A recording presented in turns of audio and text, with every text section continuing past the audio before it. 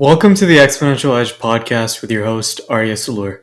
I'm excited to have you join me on this journey, exploring the forefront of technological advancements and innovation that will shape our future. As a junior at Acton-Boxborough Regional High School in Massachusetts and the CEO of SecArmor, a cybersecurity startup, I'm fascinated by the transformative power of technology. In this podcast, we'll dive deep into 5 key areas that are poised for exponential growth in the next decade. We'll be exploring the realms of cybersecurity, generative AI, sustainability and climate tech, biotech and human longevity, as well as the reshoring of manufacturing. And we'll also go over rising startups disrupting the marketplace. These topics and businesses hold immense potential to revolutionize our world and redefine the way we live, work, and interact. Each episode will feature insightful conversations with experts, thought leaders, and visionaries who are at the forefront of these fields. In just 30 minutes, our goal is to provide you with 5 signature nuggets of wisdom from our guests. These key takeaways will empower you with knowledge and help you stay ahead in an ever-evolving technological landscape. Without further ado, let's introduce our guest for this week.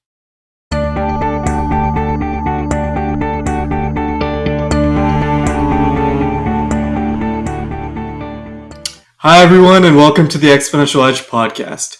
Our guest today is David Levine, founder of Glenluna Ventures. Hi, David. Hey, Arya. How are you? I'm great. Thanks for joining us today. So, first off, I know you've had a storied career. You've been educated in computer science, but also done a lot of product development, and then started your own business and now your own venture firm to help startups. So, first off, could you go through your career? I know you went to Manchester University for computer science. And what has your path looked for you? Cool. So, first of all, it's a pleasure being here today, Arya. Thank you very much for having me. So, I actually grew up in Dublin, in Ireland. Went to school there. Left there for college, for university, and I went to Manchester University for my undergrad degree, which was computer science. And I chose Manchester because, well, the computer was actually invented in Manchester in 1948. The world's first stored program computer was based in Manchester. And I figured if you're gonna go somewhere to study computer science, Manchester was a great place to do that. Following that, I had a number of roles, but then I quite quickly joined Hewlett Packard within sort of 6 months of graduating, and they were on a really big growth spurt. It was the time that Carly Fiorina had taken over as CEO and the rules of the garage. So kind of looking back at their old history of being the first Silicon Valley firm and establishing in their garage. That's when sorry. No problem. That's when I had, I thought I'd switched up. It's all good. Stuff happens. It's a live podcast. Don't worry about it. So I had, so I went to work for Hewlett Packard, where I first met your dad when we acquired Compaq, and I had a number of kind of global roles at Hewlett Packard, particularly around mobility. So the year 2000s when mobility started coming into the fore. It's hard to imagine when we think of the power in our hands today, how what things look like. But back then, you'd have a very, at best you would have a phone with an infrared and RDA socket, and then you might have a PDA. And you have to kind of line them up, right, with line of sight infrared. It was kind of insane to think about it back in those days. So I worked with Hewlett Packard for 7 years in the office of the CTO, doing some really cool kind of stuff that would normally, if it was in one of the business units at Hewlett Packard, would have been strangled at birth. So it was a kind of innovation arm that sat outside business as usual. And I ran a joint venture with Nokia here in Europe latterly. I then left to run my first startup, which was called JTunes, which is the Jewish music version of iTunes.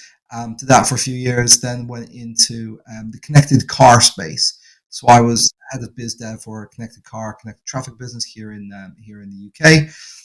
Won some brilliant deals, and then was headhunted to join Vodafone as their global head of connected car. And although I'd done really well within really large business like Hewlett Packard for a long time, I had an itch. That I wanted to be my own CEO, my own boss. I wanted to go and do something for myself. So I did. So I set up my own business, which was initially set up to cross what we call the imagination gap, which was it was really hard to imagine what wallpaper, paint, carpet, furnishings would look like in your room. So we built a really early computer vision platform. You take a photo of a room, it detect the shape, size, lighting in that room, and allow you to put that wallpaper, that carpet, that paint, those furnishings into the room, in your own room, and see what they look like in your own space.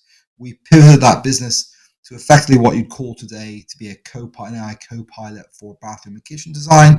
Did the likes of Home Depot and Kingfisher, which is the equivalent here in the UK. And I came out of that business in May 21. I'd been there for 7 years. Same business it was when I had started that business. And I wanted to go back and do something fresh again. So I now run an angel syndicate in Manchester in the UK. And I also run a business that helps businesses, startups all over the world fundraise for those businesses. Mm-hmm. That's awesome. And we'll get to Digital Bridge, and I believe it's now called Fixture later on. But I want to talk about your current work at Glenluna Ventures, which I believe you found a great niche for what you're doing.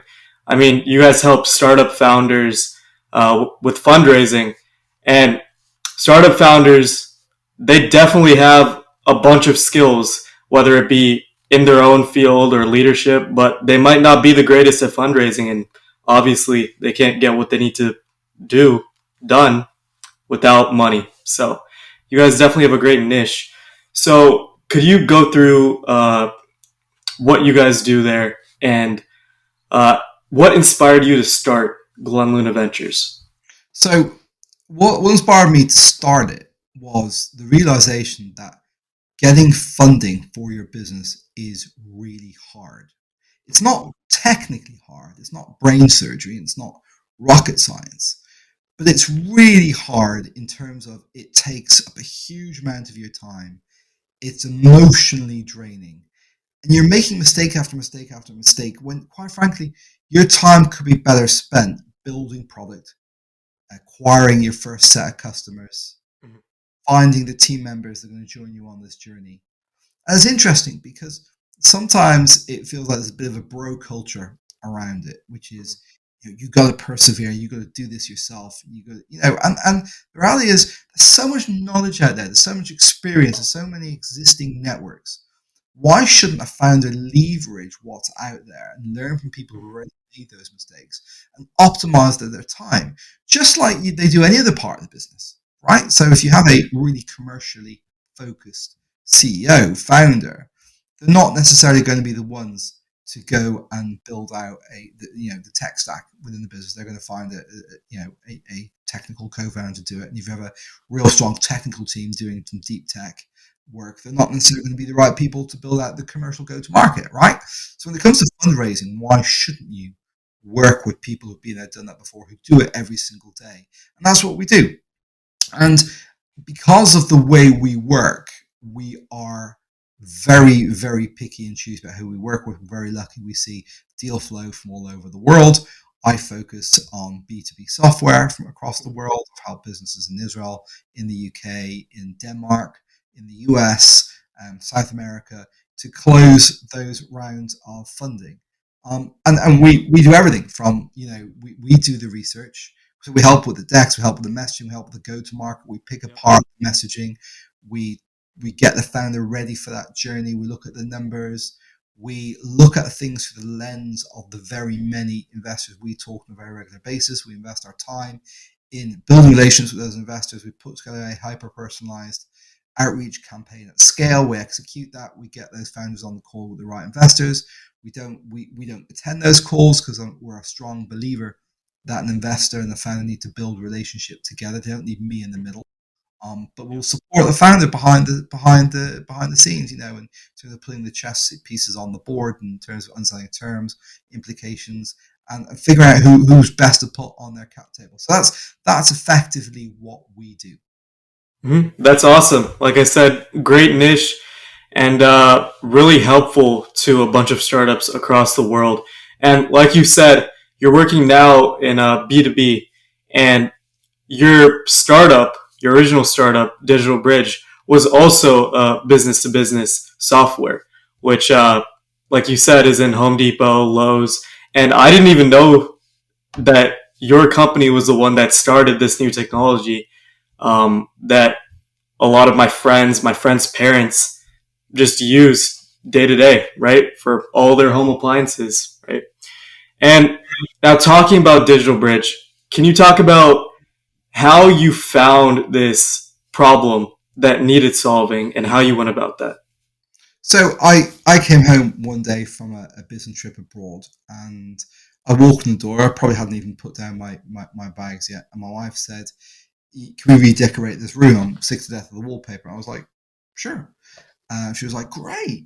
I've just been down to the store, and here's the wallpaper." Right? She'd taken an inch by inch cut off sample of wallpaper, and she's like, "What do you think?" And I was like, "My brain couldn't take that wallpaper and put it in my room.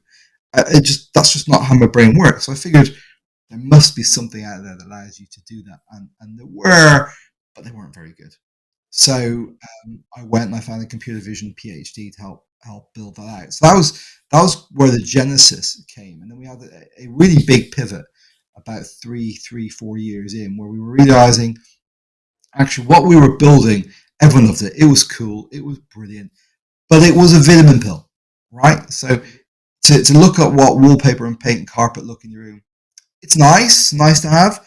It's a vitamin pill. It's not a pain. Whereas in the bathroom and kitchen space, you need to visualize the what's going to happen from a aesthetic perspective, from a utility perspective, from a legislative perspective, because there are rules governing how you can change your bathroom and kitchen. Um, Mhm. there's optimal use of space, etc., best practice. So, but we had seen a shift from, it was a fairly well understood market where you would typically go into a Home Depot or a B&Q in the UK or an IKEA or whatever, and you would sit and you would meet with a professional, right? Mhm. But there are a lot more people who want to do an awful lot more themselves Yep. before they went into a retailer, and they were being inspired by what they were seeing online, on Instagram, on Pinterest, for example, on House. And we wanted to kind of bring that journey. So what we did is we created that first consumer focused visualization tool for bathrooms and kitchens. We moved it earlier on in the journey at what we call the inspiration stage. When people are still thinking about the art of the possible and what I love, etc. So that's how we built that out. Hmm. And now with the addition and improvement of AR, VR technologies, your idea can really blossom where people can not only look at what these appliances and what these items look like in their homes on their computer screen, they can actually experience it in what seems like standing in front of it. Right. And so, can you go into some of your additions in AR and VR, if you had any, for Digital Bridge now fixture? So I mean, right now the AR VR space. So we did more than AR VR. It was more about guiding people through the design journey of building a bathroom and kitchen. Right. So Mhm. you start in your living room, which is where we started. Right. Yep. You put the wrong wallpaper on the wall. There's no undo button, but you're not breaking anything. Right. I mean, it might make for a very unpleasant time at home, at times, but you're not breaking anything. Mhm. Um, but when it comes to designing a bathroom and kitchen, there are strict rules, right? And there are Yeah. optimal rules. And there are good aesthetic design and best practice that you need to. But a lot of that stuff and that design language and that best practice is not accessible to the ordinary consumer. So that's what we were doing, is using AI to help guide people down that route. The AR VR space, so since I've left, the business has pivoted to kind of, you know, furniture configuration and it's a super crowded space, right? Yep. Particularly out of the box, Apple devices come with some really good visualization, AR visualization technologies, as do Google Mhm. devices, Android devices. So it's a super crowded space. Have I still been there? Because I'm not there. I'm not involved with the business anymore. Mhm. It's not the strategic direction I would have taken the business, simply because it's so crowded, right? It's so crowded. That's a great insight. I didn't think about it that way, but thank you. And now that we've gone through your whole career and some of your ventures, Like I said, you've done product development, you've done some M2M with automated cars, and then you've also obviously done Glenluna Ventures. Can you give us your 5 key lessons in creating and building startups? Okay. So the first one is painkiller, not vitamin pill, right? So make sure the problem that you want to solve is a painkiller. You're really solving a problem that people really have. You need to validate this in a lot of different ways, right? And you can tell if it's a proper painkiller if when you give somebody the thing that you want to build and you take it away from them, will they be better off or will they be worse off or will they not even notice, right? So it's about painkiller versus vitamin pill. That's number one. Number two, make sure it's a big enough market, right? Yep. So if you're looking, for example, for external funding, you got to be disrupting a really large market that can deliver the type of outsized returns investors want, right? So if something is only ever going to be a lifestyle business, it's fairly small, nothing wrong with that. Nothing wrong with that at all. It pays the mortgage, it lets it holidays, it sets the kids up for college. Nothing wrong with that at all. But if you want to take venture money, you've got to be in a venture scalable business. So number two is make sure the market is big enough and you build that market sizing from the ground up, not top down. So you don't say, I've got an analyst from X who says the market's worth 12 trillion. We're going to take a small percentage of that. That's top down. It doesn't work. It's not specific enough. You don't understand your market and the market dynamics. If you're building it ground up, so here is my ICP, my ideal customer profile. Here's how many there are in the world. Here's how much I can charge them. That's your total available market, your TAM. And then you can look at some type of segmentation strategy to say maybe it's English-speaking markets I'm going to go for, or particular industry verticals. That's your serviceable addressable market, your SAM. And your SOM, your obtainable market, is some type of typically single-digit market share of that business. So lesson two is make sure the market's big enough. Number three, choose the right investor. There are some brilliant investors out there. There are some shocking investors right there. There are some investors who are, it's all about having the right investor with the right type of investment at the right time. So, for example, a private equity minded investor who typically comes in a lot later stage, growth stage. There's nothing wrong with them at all, as long as the stage is right. Having a private equity minded investor in early stage, that's disastrous, right? These guys are looking for, bottom line profitability. They're looking to optimize their profitability. But typically want to exit typically 3 to 4x. So they'll come in on day one and start looking, okay, where can we cut costs to make this profitable? When you're still looking for product market fit, it's the wrong time to have those conversations. So make sure you choose the right investor at the right time. And if you are looking for funding, the best thing to do if you're talking to an investor is look for founders in that investor's portfolio that are no longer with their original businesses, or those businesses did not pan out the way that everybody had hoped. That way, you can get a real good understanding of how that investor operates and works when that happens. Not the list that the investor says, yeah, go speak to these guys, right? Because they're going to give you the. So that's three. Four is sometimes you got to get rid of people who are no longer a right fit for your business. Either they outgrow the business or the business outgrows them. I made a mistake where I had a brilliant guy. He was the guy up at 3 a.m. fixing the platform, making it all work. The night before a demo. If it wasn't for him, we wouldn't have been there. And at some point, the business outgrew him, and he started to become. He moved from being the guy who literally kept the business alive to being a in the neck. And out of a sense of loyalty, I took far, far too long to get rid of that guy. And I should have got rid of that guy a lot earlier. That's four. And five is product-led growth is magic. An experienced product owner who can act as the voice of the customer within your internal backlog conversations is gold dust and should be one of the earliest and first strategic hires you make within the business. And I didn't do that quick enough. Thank you for that. And especially your first one, painkillers and vitamins. I've talked to a lot of venture capitalist partners, and that's really one of the biggest things with all of them. I brought it up in some other podcasts as well, and I think that's really a very important thing because, like you said, if it's not solving a problem and people can't really function without it, then there's not a real use for it, and it'll eventually show. So, mm-hmm.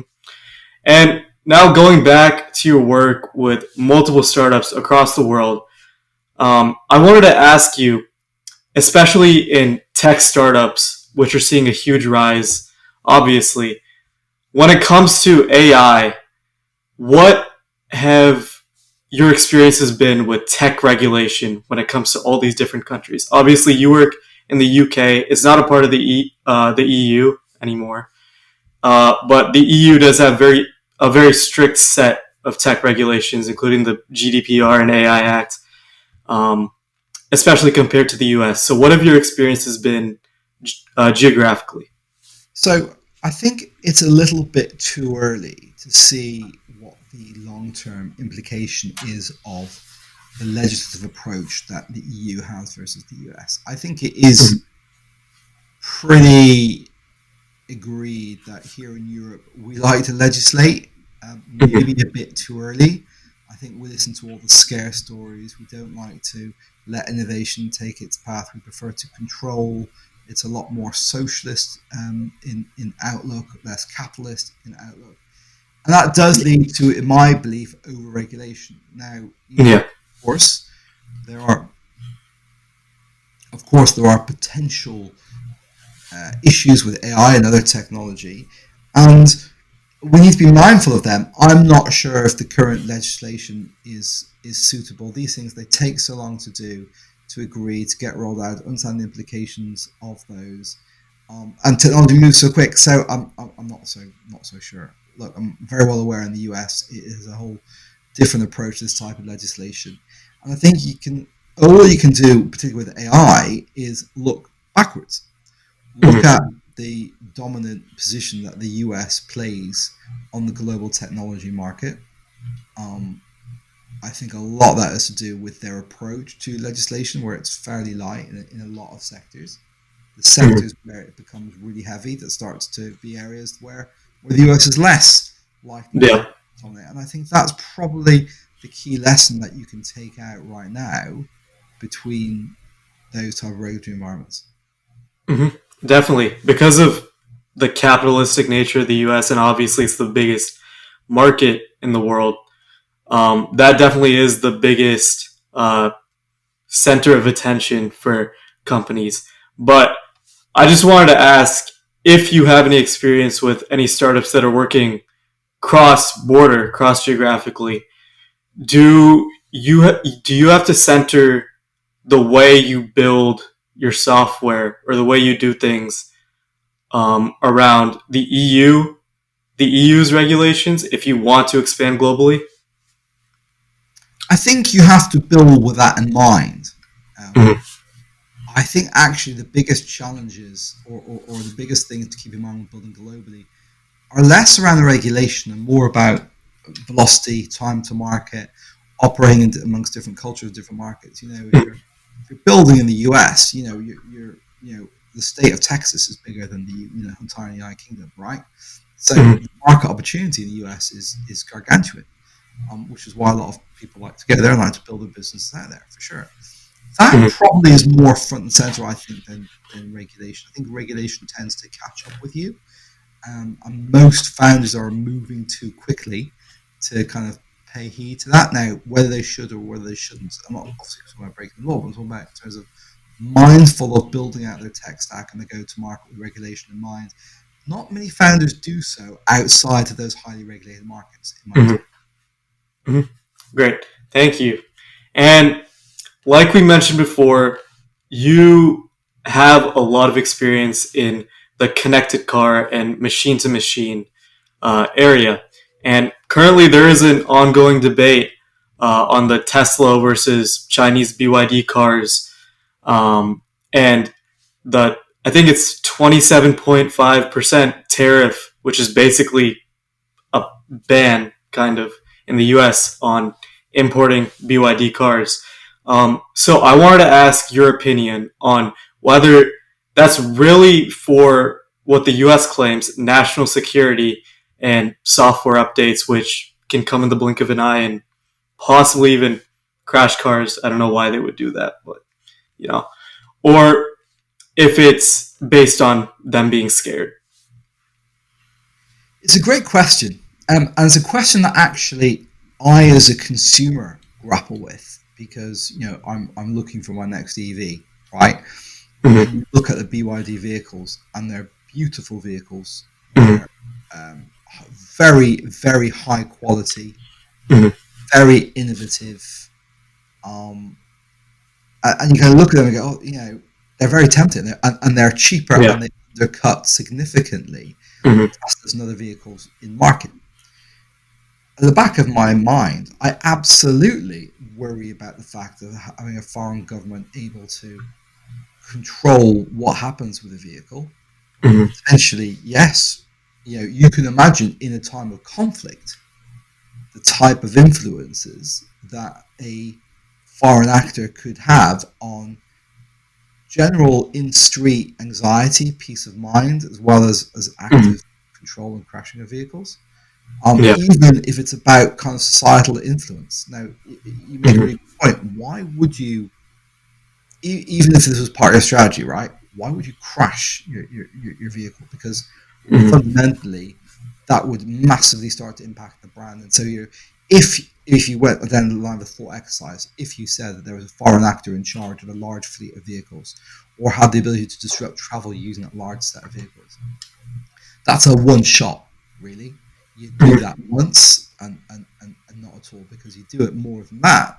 Even on a fairly small scale, all you need is one or two, and even across an Yeah. entire market like the US, one or two high profile incidents, Mm-hmm. and you're done, right? So And that's it's propaganda too. It can get blown right. So, out of so, proportion. so, so, I suppose the Trojan horse is you get a load of vehicles in the market and you cause mayhem once, right? I'm Mm-hmm. not sure that's a sensible strategy. I don't know. The reality is, you look at in the US, you have a culture of over lobbying. Mm-hmm. In Europe and the UK, it's a lot less overt and a lot more frowned upon and a lot less accepted.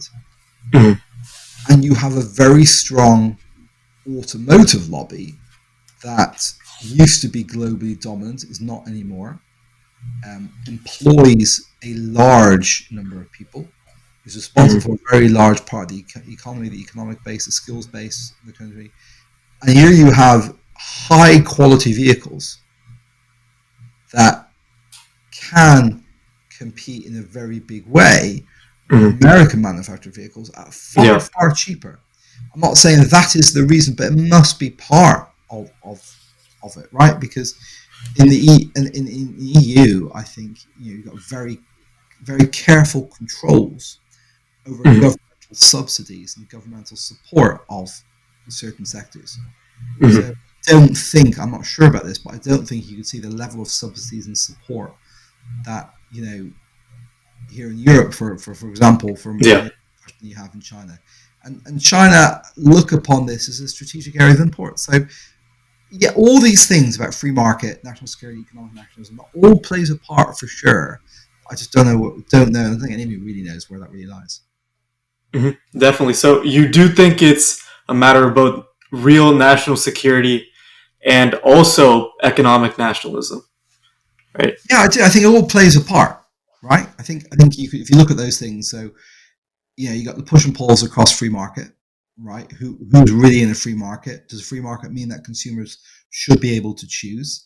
If you have highly unionized manufacturing industries, they're probably less efficient, less optimal, lower quality. Um, you get less done in more time, right? Versus in China, where you don't have that, so you get very, very high quality vehicles that give very, very good experiences that reduce range anxiety, great technology innovations. You could argue better for the environment over time if they're able to innovate around areas where cars are polluting vehicles. All that comes into play, right? In Yeah. free market is Israel not national security, so for sure. does it worry me to have a foreign actor, potentially hostile foreign actor, who could do things to my vehicle and driving down the highway at 70 miles per hour? Yeah, of course, right? That Yeah. does play. Economic nationalism, that goes both ways, right? So it's a country saying we're going to own and dominate a market, and we're going to make sure. Look at what Taiwan did with semiconductors. They own that market with TSMC, and maybe the Chinese are saying we're going to do that with automotive as well. And then the economic nationalism piece is also a defensive thing, because the US is saying, well, actually, we don't want someone coming in and eating our dinner. So it's all those things. Mm-hmm. Yep. And I think it's really similar to what's going on with TikTok right now, because obviously TikTok, um, they there's a good chance that the Chinese government is getting some information, right? But obviously TikTok is also a platform that holds the livelihoods of so many people, where people can start a career and it's their job, it's their life. And it's exactly similar to this, where these cars can actually help the environment. They're they look better, they're more sleek, they're more functionable. But there is that issue about a hostile nation, right? There is, and look, I think TikTok is different, right? So TikTok, I absolutely perceive as a hostile actor. I think it is one of the key areas of disinformation. Um, I think it's a despicable platform, personally. I think there's just huge amounts of misinformation and algorithms optimized to bring you down, the alleys of disinformation. And absolutely, I believe that hostile foreign actors use that to leverage and influence voting populations. I absolutely believe, and I would be a fan of TikTok being banned. Um, Whether just kind of cutting it off from the arms of the Chinese government, which is what the legislation, I believe, in the US says, is going to be enough, I don't know. But I absolutely would be in favor of that for sure. Mhm. Okay. And now, talking about future technologies and industries, like we've talked about, connected cars, AI, your areas of expertise, what you've been doing. And so you're what we could call a futurist, I guess, right? You know and are interested in future technologies and industries. So I wanted to ask you what you foresee to be maybe the 3 to 5 key industries that are going to see adoption and growth in the future. So, I wish I knew the future, right? I could place a few bets, and life would be great, right? Um, Certainly, I've always had an interest in emerging technologies, and I've always been very comfortable with ambiguity around those technologies. What's really fascinating, right, is AI and kind of autonomous agents and automation technologies are obviously getting huge amounts of press, and they're right to do so. I think for the first time in human history, or for a long time, we're at the cusp now of something so fundamentally disruptive that will change the human experience and replace low level work, very much akin to technology, machinery, manufacturing that really helped in agriculture and construction. Right? So it is huge, absolutely Yep. huge. But people, there is a fixation, I believe, on the potential for AI to disrupt human life in a negative way. Obviously, people think about um, AI driven warfare, where we lose the ability to control that. So Terminator films come into people's mind a lot, and I get that, and of course that's a potential. But you look at climate, for example, climate technology. It's the downside of not fixing climate isn't a maybe this will happen. It's a pretty strong certainty. Yeah. And I don't understand why climate technology is not receiving the same types of investments, or at least profile, that AI is. Biotech, human longevity is another area. It's not an area I've spent a lot of time looking at, because it's not something that kind of particularly interests me. If I'm honest with you, I don't feel the need. I think humans are on the planet for a period of time, and I think it's a natural course of events for that to have its kind of ending as well. Um, Robotics trends, it's all part of an overall fabric. I think a very exciting time to be in technology. I've been in technology, disruptive technology since the beginning of my career. This has happened before. I think this is a really big deal, and it will happen again. And it's an exciting time to be involved. And I think as you move to kind of AI replacing, not just making people more productive, 20%, 30%, but I'm talking about 2, 3, 4, 10x, right? That's people replacement, right? That's about the ability to replace people in doing units of work. And that is big change. Mhm. I do think that, like you said, AI is going to grow exponentially.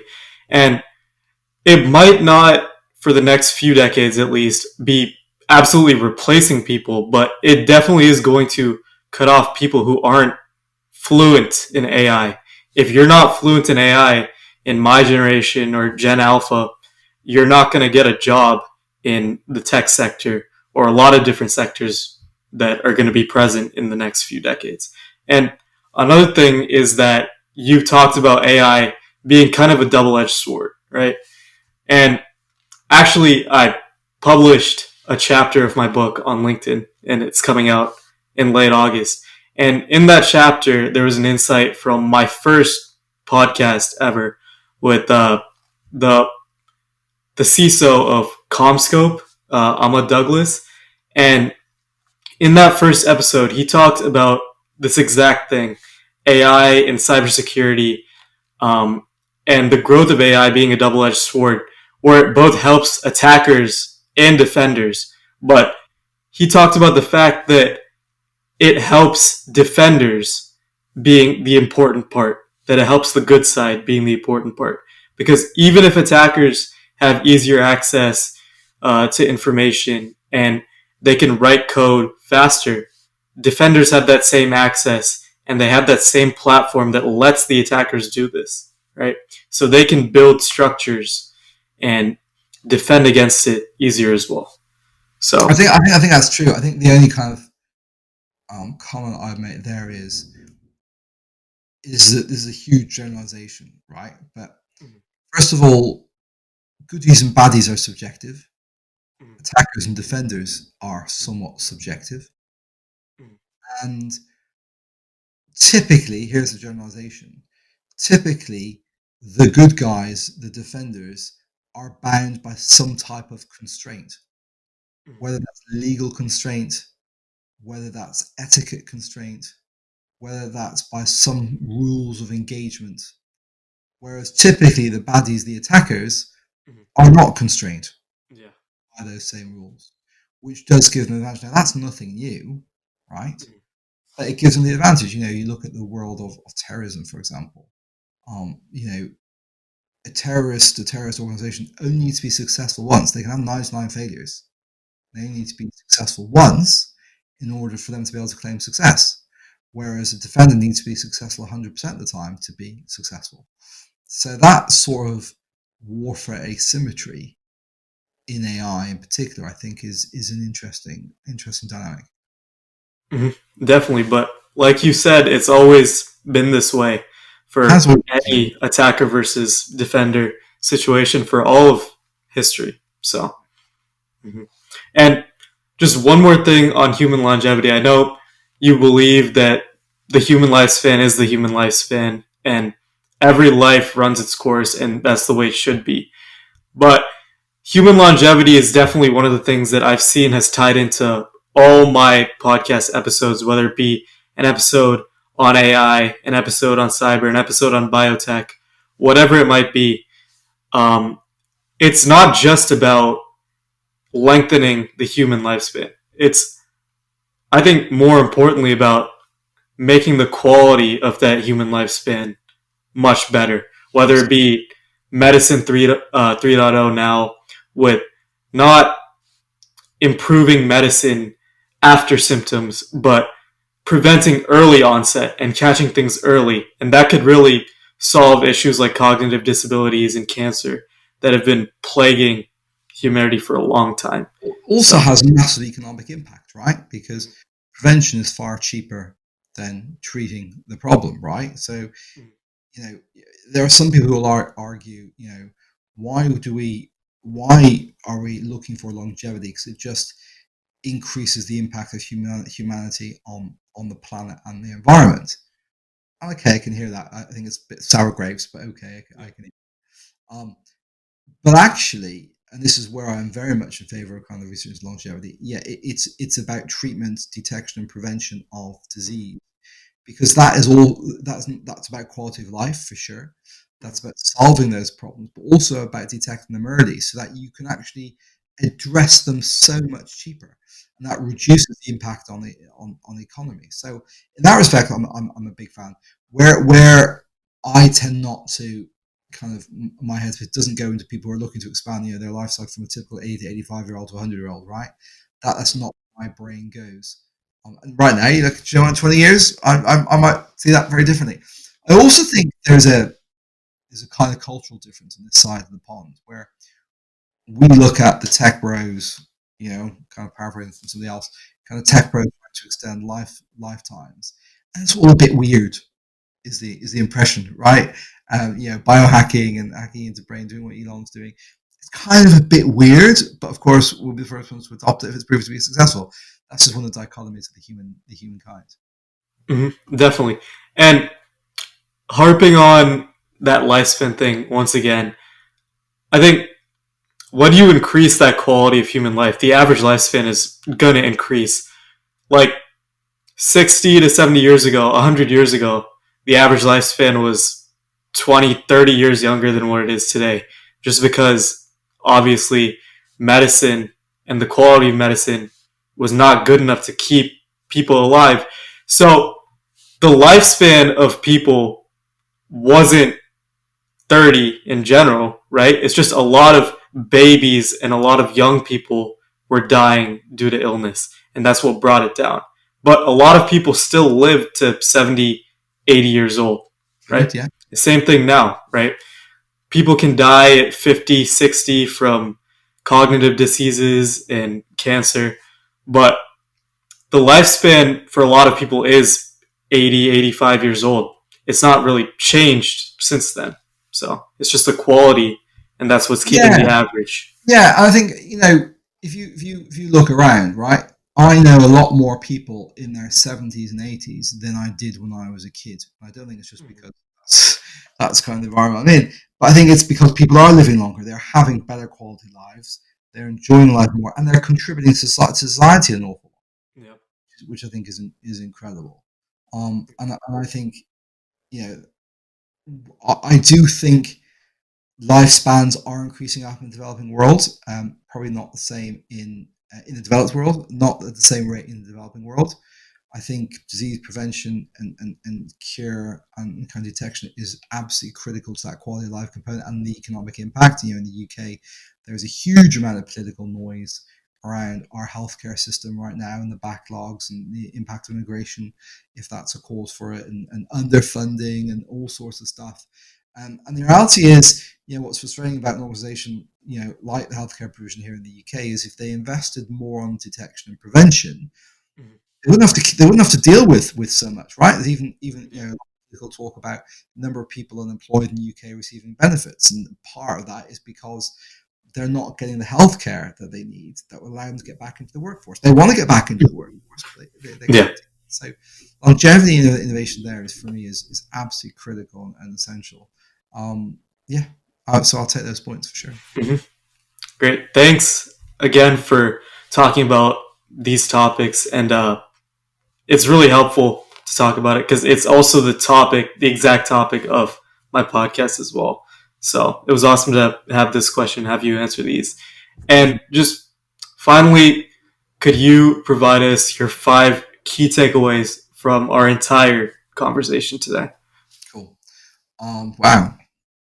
Um, so I think the future is bright, right?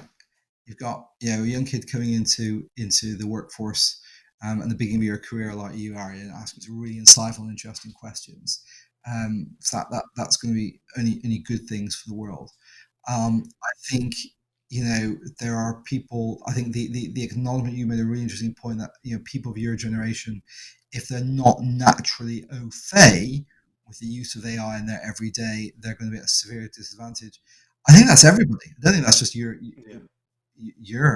generation. I think that's everybody. So I think that's absolutely critical.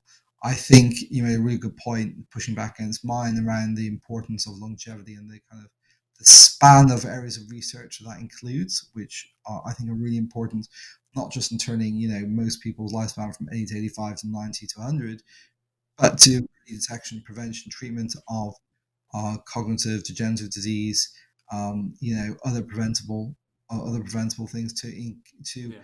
ensure that families stay together for as long as possible. They pass on that experience. They enjoy each other's time. There's strong economic impact, contributory impact to world economies through people living longer and healthier and higher quality lives. That's for sure. I think they're probably. I'm not sure I can give you five, but they're my kind of top three. Okay, thank you for that. And thanks again so much for joining us today Pleasure. on the Exponential Edge podcast. Thanks to our viewers for tuning in, and tune in next week to see another guest talk about businesses, topics, and trends that will see exponential adoption in the future. Thank you, David. All right, so Laura, thank you so much indeed. Bye.